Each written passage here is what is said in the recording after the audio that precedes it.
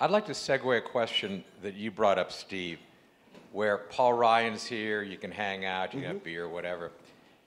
What's a little scary is that I heard Paul say that because of things in China and whatever, we need more money for the military. Well, we spend, last time I looked, about $610 billion a year, more than any other country in the world in military. So you're up against congressional optics that are putting primary dollars into things that they think obviously are more important than Was that concrete. what Paul Ryan said? So did anybody challenge Paul Ryan and say China spends 9% of its GDP on infrastructure? No, I mean, if I had the microphone, I would have said it. But yeah, I mean, 9% of China's GDP goes in infrastructure. It's incredible. Yeah, but I mean, if you did 9% of the U.S. Economy, it'd be what, about almost $1 trillion, right? Yeah. A year. I mean, you get 40, I think, and the military gets 610 or whatever. You know, it's a huge disparity. How do you change congressional optics to say, hey, we've got a problem here. These roads are going to cause significant issues? Great point. It's a great point, and it's still in that political space. You know, there is, I think, because we've had this long period of time with planning processes that have slowed down because of funding uncertainty at the federal level, less ambition at the state and local level on transportation. It almost hurts us when it comes to getting congressional support because people don't know what they're losing out on by not making the investment.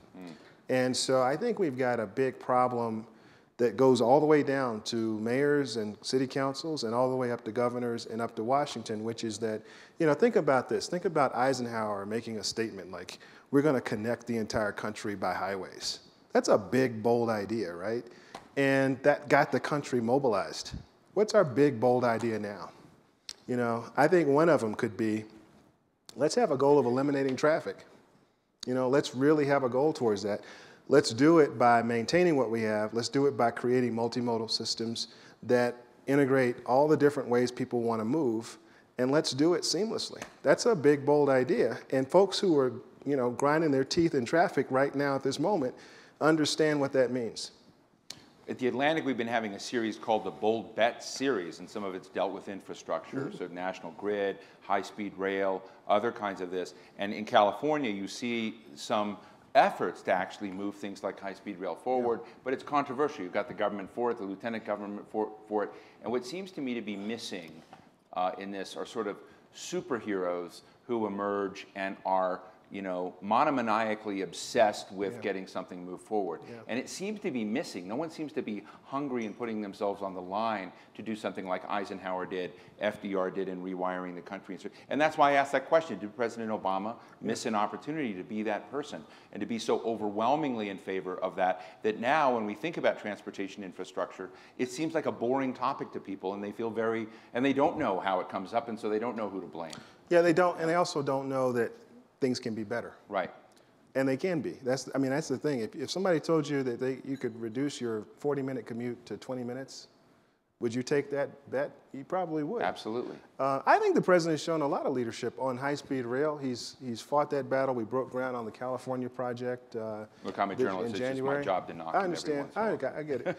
But you know, I think you're going to see in the next several months a much more lean in from the whole administration on this. Does he call you up and say it's time to move this? Actually, he and I have had a lot of conversations about this. And, you know, we had a lot of skirmishes recently over this trade issue. And I do hope that now that we've gotten a little breather there, that we can really turn and focus on this. And there was a rumor that one of the reasons why we changed the timing of your topic here is the president called up and said, hey, we're moving. Is that true? Well, I was called into a meeting. I'll let him describe what the meeting was about.